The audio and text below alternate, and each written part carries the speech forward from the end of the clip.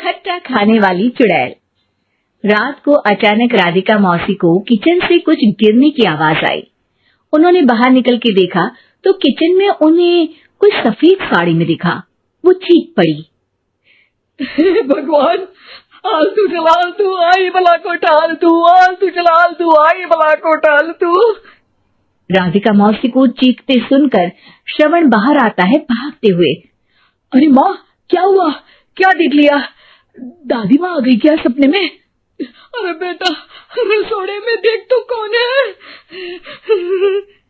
श्रवण रसोड़ी में झांक कर देखता है और उसे कोई नहीं दिखता अंदर। अब रसोड़े में तो कोई नहीं है माँ। कोई सफेद साड़ी में नहीं है क्या? नहीं माँ, कोई भी नहीं है। चिल्लम चिल्ली की आवाज सुनकर काजल भी वहां आ जाती है। अब क्या हो गया माँ जी? अरे बेटा, रसोड़े में एक चुड़ैल थी सफेद साड़ी में। अरे क्या कर रही थी वो अंदर? अरे बताया नहीं, कल आएगी ना तो पूछ लूंगी। चुड़ैल जी, आपका क्या प्लान है? माँ जी, रात बहुत हो गई है, आपने कोई बुरा सपना देखा होगा, चलिए सो जाइए।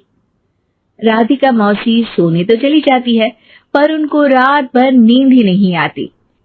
वो कुछ भी उलझुल बातें सोचने लगती है।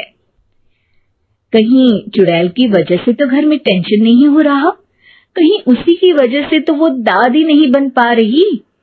सुबह जब राधिका मौसी रसोड़े में छानबीन करती है तो पाती है कि नींबू का अचार गायब है। चुड़ैल नींबू का अचार ले गई?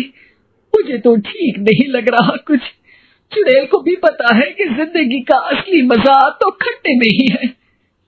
राधिका मौसी झट से श्रवण को फोन कर देती है। बेटा, मुझे समस्या समझ में आ गई है, हमें एक तांत्रिक की जरूरत है। अरे क्या बोल रही हो माँ, तांत्रिक की क्या जरूरत है?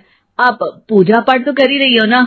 आलतू जलालतू मंत्र सारे फालतू जैसे कुछ मंत्र पढ़ो, चली जाएगी अपने आप चुड़ैल। अरे नहीं बेटा, कभी चुड़ैल को कम नहीं समझते। अरे तुझे पता भी नहीं चलेगा कि कभी वो छल करके काजल की जगह घर की बहू खुद बन जाएगी। क्या माँ, कुछ भी बोल रही हो? कहाँ काजल और कहाँ चुड़ैल? वैसे एक बात बताओ, काजल को अगर गाने के लिए बोल देना तो चुड़ैल काजल की आवाज सुनकर घर तो क्या धरती लोग छोड़कर चली जाएगी। तुम ना पढ़े लिखे बच्चे हर चीज को मजाक समझते हो। तुम रहने दो, मैं खुद ही तांत्रिक को बुला लेती हूँ।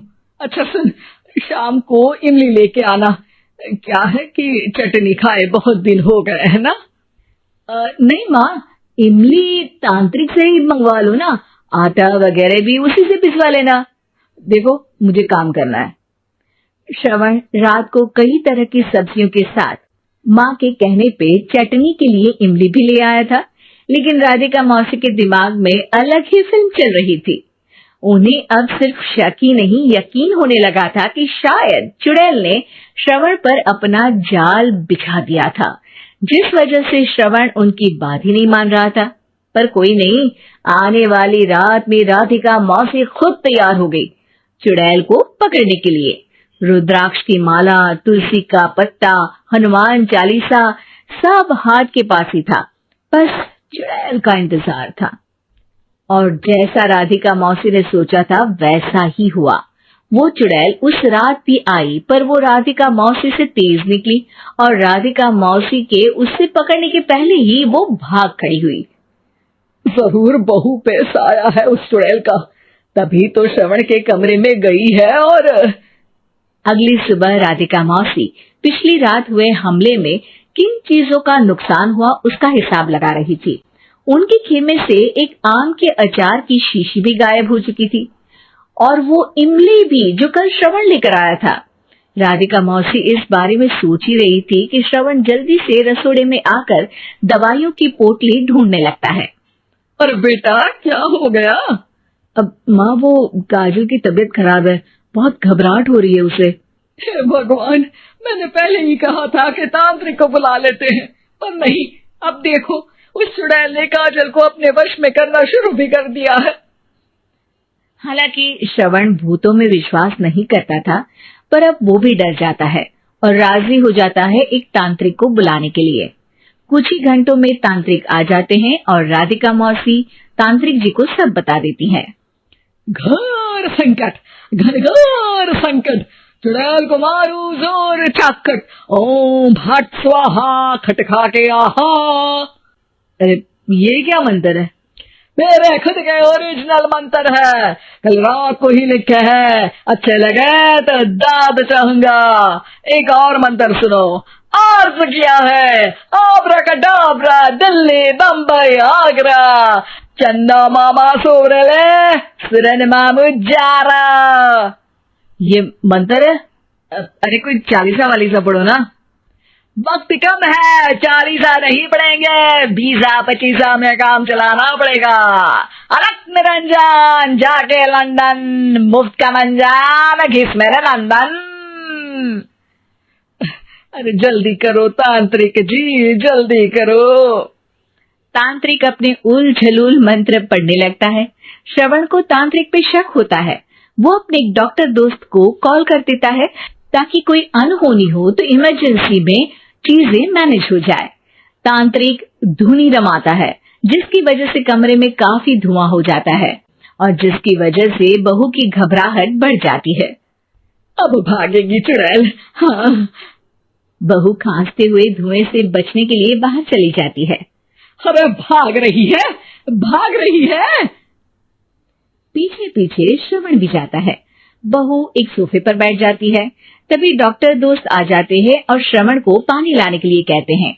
थोड़े चेकअप के बाद डॉक्टर कहते हैं, मेरे हिसाब से जाप का काम पूरा हो गया है। क्या मतलब? अरे कुछ भी नहीं माँ, कोई चुड़ैल नहीं है, खुशखबरी है, अब दादी बनने वाली हैं। मगर वो सब अचार के डब्बे। श्रवण दोनों अचार के डब्बे अपनी माँ को दिखाता है जो कि उनके बिस्तर के नीचे छुपे हुए थे। आपने सही बोला था माँ, वो चुड़ैल काजल ही थी जो खट्टा खा रही थी। हमें कल ही पता चला, पर हमने आपको ये तांत्रिक वाला काम करने दिया ताकि आपको भरोसा हो जाए कि भूत वगैरह कुछ होता ही नहीं। अच्छा अच्छा, ये तो बड़ी खुशी की बात है, पर बेटा मुझे एक झाड़ू तो ला दे। क्यों माँ? ये तांत्रिक का भूत उतारती हूँ मैं। अब तांत्रिक राधा मौसी के डर से घर से भाग निकलता है और राधा मौसी उसके पीछे भागती है।